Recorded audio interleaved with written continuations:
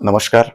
आज दिनांक 29/5/2026 सुयोग भाऊ राजनेकर यांच्या बहुचर्चित अशा अंगार या कविता संग्रहाचा आज प्रकाशन सोहळा.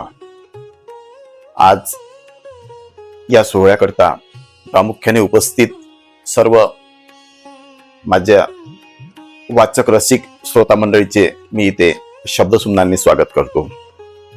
अंगार या नावातच खूप काही दडलेलं आहे. अंगार फुले शाहू आंबेडकर विचारसरणीचा हा अंगार आहे. छत्रपती शिवरायांच्या स्वराज्याभिमानाचा हा अंगार, राजमातेच्या संस्काराचा हा अंगार आहे. भरकटलेल्या तरुण पिढीला कुठेतरी रस्ता दाखविण्याचा हा अंगार आहे. प्रियसीला चळवळीमध्ये सामील होण्याचे आवाहन करण्याचा हा अंगार आहे. शेतकऱ्यांच्या कष्टकऱ्यांच्या प्रश्नांना व्यथांना शासन दरबारी मांडण्याचा हा अंगार आहे. राजकीय नेत्यांना जाब विचारण्याचा आणि असा हा अंगार रूपी सुयोग ज्या मंदाताईंनी घडविला त्या मायमाऊलीच्या या अंगाराचे आज इथे प्रकाशन साजरे होते आहे. अंगार हा कविता संग्रह बनवत असताना अनेक अडचणी इथे निर्माण झाल्या. सुरुवातीच्या काळामध्ये सुयोग बद्दल जर सांगायचं झालं तर एक सामान्य घरचा मुलगा, त्याचं मूळ गाव कवठाकडू, चांदूर रेल्वेमध्ये येणारे हे गाव. आई वडिलांच्या फारकतीनंतर सुयोग हा सत्यदेव बाबांच्या पदस्पर्शाने पावन झालेल्या भारवाडी या गावामध्ये सुयोगची आई राहायला आली आणि सुयोगचा जन्म हा भारवाडी येथेच झाला. मामाच्या अंगाखांद्यावर खेळत सुयोग मोठा झाला. अतिशय हालाकीची परिस्थिती. अशा परिस्थितीमधून स्वतःचं व्यक्तिमत्व जपणे आणि ते सांभाळणे हा एक महत्वाचा विषय असतो. ज्यांच्या डोक्यावर बापाचं छत्र नसते ती मुलं आपण वाम मार्गाला जाताना बघतो. परंतु सुयोग या सर्वांसाठी एक फार मोठं उदाहरण आहे. कारण वडिलांचं छत्र नसताना सुद्धा स्वतःच्या आईच्या मताने, मामाच्या मताने जे संस्कार त्या आईने, त्या माऊलीने त्याला दिले, त्या संस्काराच्या माध्यमातून स्वतःला जपत एक स्वतःचं आगळं वेगळं वलय त्यांनी इथे उभं केलं. आणि बिना वडिलाचा मुलगा सुद्धा समाजामध्ये कशा पद्धतीनं रुबाबात वावरू शकतो, समाजावर स्वतःची कशी छाप सोडू शकतो, याचं एक ज्वलंत उदाहरण इथे सुयोग आहे. आपण बहुतांश बघतो धनधानग्यांची मुलं नेहमीच आई वडिलांच्या पैशाच्या बळावर वाम मार्गाला जाताना दिसतात. परंतु सुयोग हा सामान्य परिस्थितीत असून सुद्धा स्वतःला त्याने इथे सावरलं. मी त्याला बालपणापासून बघतोय.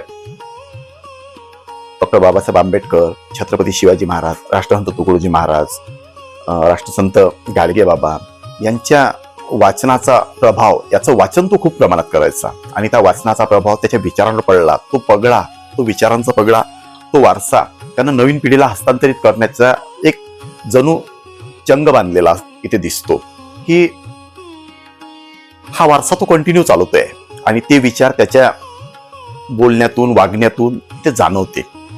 त्याच्या माध्यमातून गावातील अनेक मुलांना एक चांगला मार्ग मिळाला, चांगले संस्कार, चांगले मार्गदर्शन तो आपल्या सहकाऱ्यांना करतो. महत्वाचा विषय त्याचा हा अंगारच्या प्रकाशनाच्या संदर्भात जी धावपळ सुरू होती, या धावपळीच्या दरम्यान मध्येच मामांची तब्येत बिघडली आणि मामाचा दुःखद मृत्यू झाला. त्यांना आधी सुरुवातीला असा एक संकल्प केला होता की अंगारचे प्रकाशन मामांच्या हस्तेच करायचं. परंतु अचानक मामाच्या जाण्यामुळं त्याच्यावर खूप मोठा दुःखाचा डोंगर कोसळला. तरी सुद्धा त्याने स्वतःला सावरलं आणि स्वतःला सावरत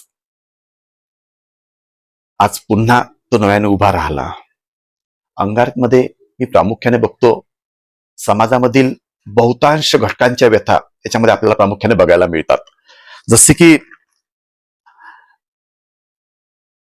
मग शेतकऱ्याच्या व्यथा असो, कष्टकऱ्याच्या व्यथा असो, तरुण मुलाच्या व्यथा असो, सुशिक्षित बेरोजगाराच्या व्यथा असो, समाजातील अनेक घटकांवर या पुस्तकाच्या माध्यमातून, त्या कविता संग्रहाच्या माध्यमातून त्याने प्रकाश टाकलेला आहे.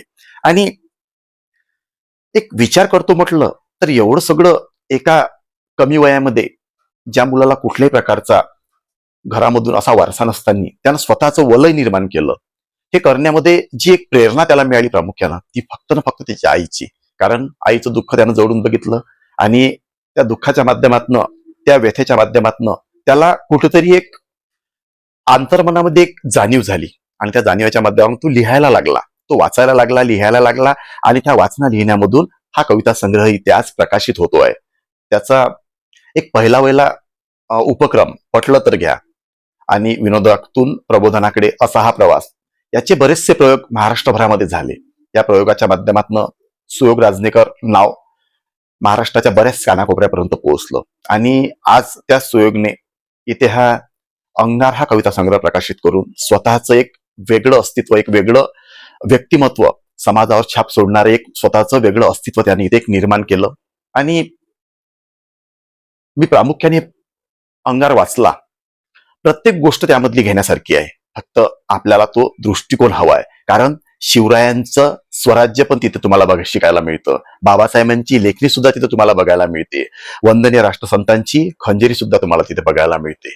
म्हणजे सर्व गुण संपन्न असं एक पुस्तक, असा एक कविता संग्रह जर ज्याला कोणी म्हणू आपण, तर तो एकमेव म्हणजे फक्त माझ्या दृष्टीने अंगार हा आहे.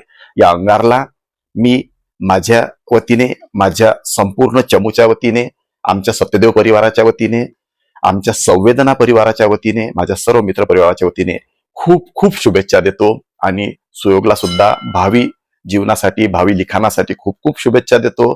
आपण जास्तीत जास्त प्रमाणामध्ये हा अंगार खरेदी करावा आणि आपल्या इतर नातेवाईकांना, मित्रमंडळींना सुद्धा हा कविता संग्रह घेण्यास प्रोत्साहित करावे, एवढे इथे एक आवाहन करू इच्छितो आणि इथे थांबतो. जय गुरु, जय महाराष्ट्र, जय जिजाऊ, जय शिवराय.